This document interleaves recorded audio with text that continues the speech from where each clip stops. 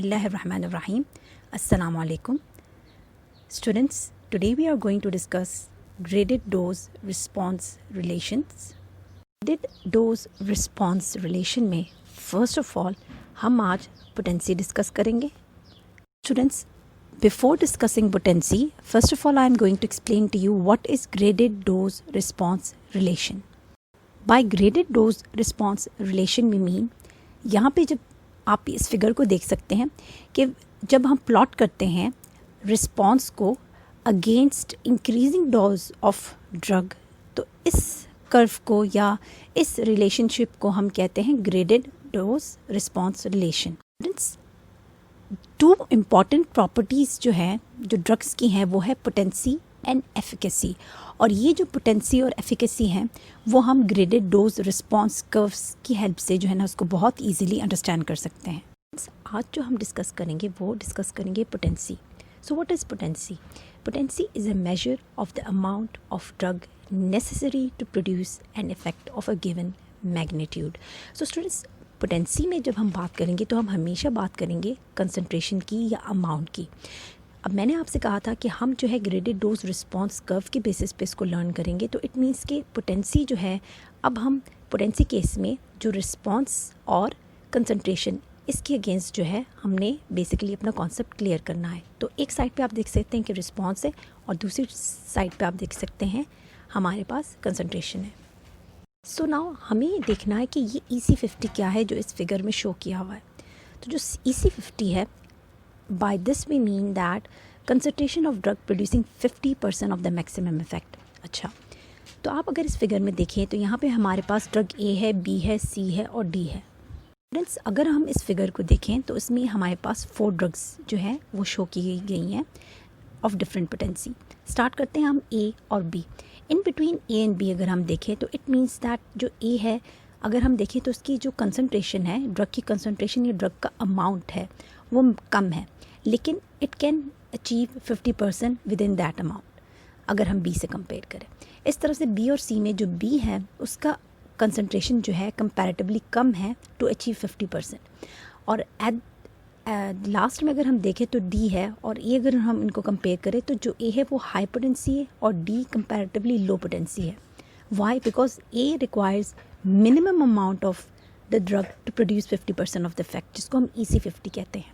तो इसलिए जो ड्रग जो है मिनिमम अमाउंट में भी मैक्सिमम इफेक्ट शो कर रही है, जिसको हम 50% या EC50 कह रहे हैं, तो उस ड्रग को हम हाईली पोटेंट या हाई पोटेंसी ड्रग कहेंगे.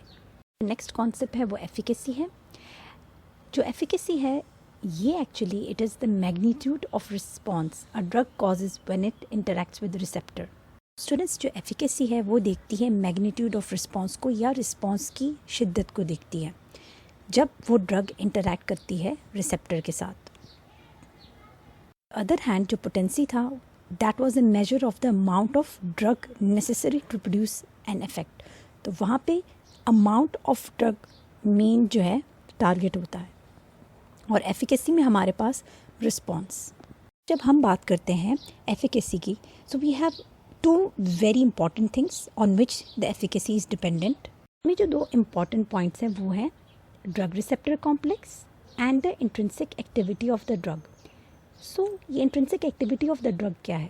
It is basically the ability to activate the receptor and cause a cellular response. तो जब drug bind करती है किसी भी receptor के साथ और कोई ना कोई biological effect या response produce करती है, तो उस property को हम intrinsic activity कहते हैं. Students, Now in case of efficacy you should know about Emax. जिस तरह से पीछे पोटेंसी में हमने EC50 पढ़ा था, तो यहाँ पे अब हम Emax पढ़ेंगे. By Emax we mean maximal efficacy of a drug या maximum biological effect of a drug या maximum response of a drug. तो हम assume कर रहे थे इस टाइम पे जब हमें maximal effect मिलता है कि सारे receptors जो हैं वो ऑक्यूपाई हो गए हैं by the drug. फिर अब हम कंसंट्रेशन को और इंक्रीज़ करेंगे, ड्रग की कंसंट्रेशन को और इंक्रीज़ करेंगे, तो उससे जो है रिस्पॉन्स इंक्रीज़ नहीं होगा. तो देयरफॉर उस पॉइंट को हम Emax कहते हैं. यहाँ पे आप एक और चीज़ जो है क्लियर कर लें, आगे हम एगोनिस्ट और एंटागोनिस्ट भी पढ़ेंगे, but for now you should know that जब हम Emax की बात करते हैं तो Emax जो है वो ज़ीरो कब होता है?